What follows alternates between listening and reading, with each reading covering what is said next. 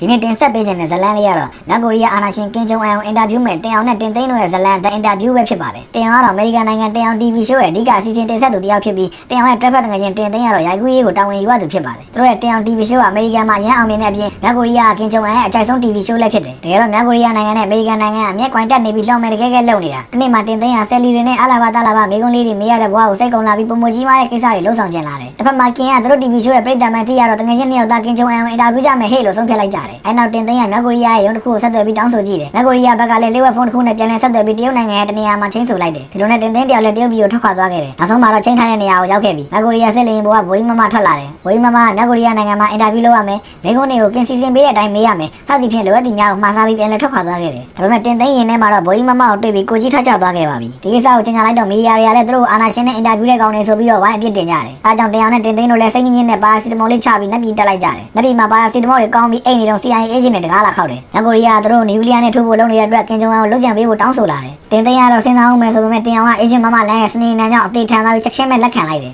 CIA ရုံးချုပ်ကိုရောက်တော့မမလန်းကတင်အောင်တို့ကိုအစီအစဉ်သေးစိတ်ရှင်းပြတယ်အစီအစဉ်ကအစိတ်စတစ်ကာကိုလက်ဝါးမှာကပ်ပြီးကင်နဲ့လက်ဆွဲနှုတ်ဆက်ပေးရမယ်အစိတ်က12နာရီကြာမှတက်ရောက်မယ်ဒါဆိုဘယ်သူမှသတိမထားမိတော့ဘူးလက်ကူပါတယ်လေ့ကျင့်ပြင်ဆင်တာလည်းပြီးသွားပြီဆိုတော့တင်အောင်တို့မြောက်ကိုရီးယားကိုထွက်ခွာပြီကိုရောက်တော့ဘိုးကြီးမမနဲ့အတူကားစီးပြီးဆက်သွားတယ်ကားစီးရင်ဘိုးကြီးမမကသူတို့နိုင်ငံကပြည်သူတွေကလူအများထင်တယ်လို့မဟုတ်ပဲစားနပ်ရိက္ခာအလုံးလောက်ရရှိကြောင်းခေါင်းဆောင်ကြီးကင်ကတားမယ်လို့မဟုတ်ပဲအီးပါရှူရှူပေါက်စီရမလို့စိုးအိုးပေါက်တောင်းမပါကြောင်းပြောပြတယ်ဒီလိုနဲ့ခေါင်းဆောင်ကြီးကင်ရဲ့အိမ်ကိုရောက်ပြီးနောက်ဆုံးအချိန်ဖြစ်တဲ့တော်ဆောင်နှစ်ယောက်ကတင်အောင်တို့ကိုစစ်ဆေးတယ်ဖင်တောင်နဲ့တင်အောင်ကအစိတ်စတစ်ကာကို CIA ကပေးတဲ့အိမ်နဲ့မထည့်ပဲ PK ဘူးထဲထည့်လာတော့တော်ဆောင်တွေ့သွားတယ်တော်ဆောင်ကဒါပါလဲလို့မေးတော့ PK ပါပေါ့ဒီတော့တော်ဆောင်ကလည်းအားရပါရဝါစာပြီးမင်းတို့အမေရိကန်တွေရဲ့ PK ကတောက်ရတာလည်းမရှိဘူးဆိုပြီးဖောင်းထုတ်လိုက်တယ်အစိတ်စတစ်ကာလည်းမရှိတော့ဘူးဆိုတော့အေဂျင့်မမလန်းစီပဲအကူကြီးလန့်တောင်းရပြီမမလန်းကလည်းတောင်ကိုရီးယားအမေရိကန်စစ်စခန်းကနေစတစ်ကာအသစ်ချက်ချင်းထုတ်လုပ်ပြီးဒရုန်းနဲ့ပို့ခိုင်းလိုက်တယ်တင်သိန်းကပြန်ထွက်ပြီးသွားယူပေးရမယ်တင်သိန်းကမှထိပေါက်ပြီးကြားနဲ့သွားတိုးတယ်တင်သိန်းကြားနဲ့တုံးနေတော့ကြောင်ညာလေးတစ်ခုနဲ့မိတ်ဆက်ပေးပါစီမင်္ဂလာပါတကဘာလုံးကဘောလုံးပွဲဘတ်စကတ်ဘောနဲ့ live casino game တွေကိုနေ့စဉ်24နာရီပတ်လုံးငွေသွင်းငွေထုတ်ရောစားကိုမှန်မှန်နဲ့မြန်မြန်ပြုလုပ်ပေးတဲ့အပြင်ပတ်စင်လဆင် bonus အစီအစဉ်တွေရှိတာကြောင့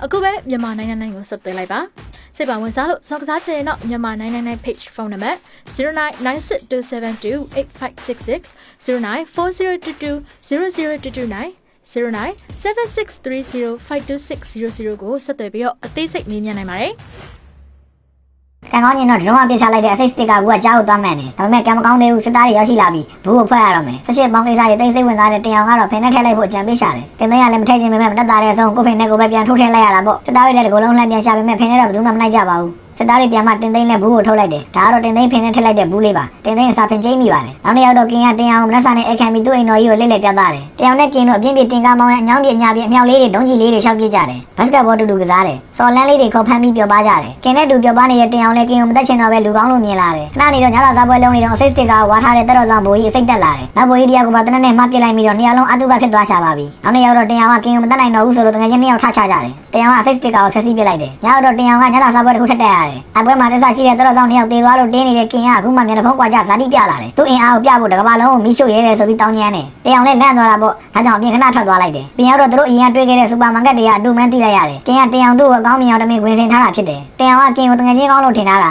အခုလိုလိန်ညာတွေသိလိုက်ရတော့တောင်းရမ်းတင်းသွားတာပေါ့တစ်ဖက်မှာဘိုးကြီးမမကလည်းကင်ကိုဖြုတ်ချခြင်းနေတော့ဘိုးကြီးမမနဲ့တင်သိန်းတို့လည်းနားလည်မှုတွေရပြီးရှာကျုံးလေးတွေထိုးကြတယ်ရှာကျုံးထိုးနေတော့ကောင်းကင်အောင်မှကြောင်ညာဝင်ဆိုလိုတင်အောင်ပြန်လည်ရောက်ရှိလာတယ်ငါတို့ကင်ဂျုံအန်ကိုတက်ကြရအောင်ဘိုးကြီးမမကလည်းကင်ကိုတက်လဲအာနာရှင်တစ်တက်လာမှာပဲအဲ့တော့ကင်ကိုနဖျားလို့ထင်နေတဲ့ပြည်သူတွေနဲ့အောက်ရှိစစ်သားတွေရောအမှန်တရားမြင်အောင်ပြရမယ်ဒါကြောင့်တင်အောင်ကအင်တာဗျူးမှာကင်ရဲ့လိန်စင်တွေကိုပြည်သူသိအောင်ဖော်ထုတ်ပြီးတရုတ်မှန်ကိုပေါ်အောင်အင်တာဗျူးမယ်တင်သိန်းနဲ့ဘိုးကြီးမမတို့ကတော့ထုံးစံတိုင်းရိုက်ကူးရေးဘက်ကကူညီမှာပေါ့အားရေးကြီးနေပါပြီဆိုမှတင်သိန်းနဲ့ဘိုးကြီးမမတို့ကလည်းတန်းချမ်းကြီးတွေအပြည့်လေးဝင်ကျင်းကြတယ်အဲ့လိုနဲ့အင်တာဗျူးမဲ့အချိန်ကိုကြားရောက်လာပြီတင်အောင်ကတော့ကင်စီစဉ်ပေးတဲ့မိကုန်းတွေမဟုတ်ပဲမြောက်ကိုရီးယားနိုင်ငံကငတ်ပြတ်နေတဲ့ပြည်သူတွေအကြောင်းနဲ့စစ်ချင်းစကန်တွေအကြောင်းကိုမေးလိုက်တယ်ဆပ်ပရိုက်မိသွားတဲ့ကင်ဂျုံအန်လည်းလမ်းပြီးကြောက်ကြီးတွေပါထွက်ကုန်တယ်ဒီတော့တာမန်လူတွေလိုပဲအီးပါတဲ့ကြောင့်လည်းတက်ပြလိုက်နိုင်တာပေါ့ကင်လည်းစိတ်တော်ပြီးတင်အောင်ကိုဂန်းနဲ့ထားပစ်တယ်မြောက်ကိုရီးယားပြည်သူတွေအပါဝင်တကဘာလုံးကကြည့်နေတာဆိုတော့အားလုံးကင်ရဲ့တရုတ်မှန်ကိုသိရှိသွားတာပေါ့ဒါပေမဲ့တင်အောင်ကတော့ကြီးကဝတ်ထားလို့မသေးပါဘူးဘိုးကြီးမမကလည်းစစ်သားတွေကိုပြန်လဲခုခံပြီးတင်အောင်နဲ့တင်သိန်းတို့ထွက်ပြေးလို့ရအောင်ကူညီတယ်ကင်ကတော့တောင်ပိုင်းနဲ့တင်းနေပြီးဟယ်လီကော်ပတာနဲ့လိုက်ဆော်တယ်အမေရိကန်ကလည်းနျူကလ িয়ার နဲ့ထိုးဖို့လုပ်တယ်အဆုံးမှာတော့နျူကလ িয়ার နဲ့ထိုးရမယ့်ကင်ကိုတင်အောင်ကပဲအတူတူစီးခဲ့တဲ့တင်ကားဒုံးကြီးလေးနဲ့အချိန်ကြီးဖောက်ခွဲဆုံးသက်ပေးလိုက်နိုင်ခဲ့တယ်တင်အောင်တို့လည်းအမေရိကန်ကိုပြန်มาတော့မယ်ဘိုးကြီးမမကတော့မြောက်ကိုရီးယားနိုင်ငံအတွက်နေခဲ့လိုက်တယ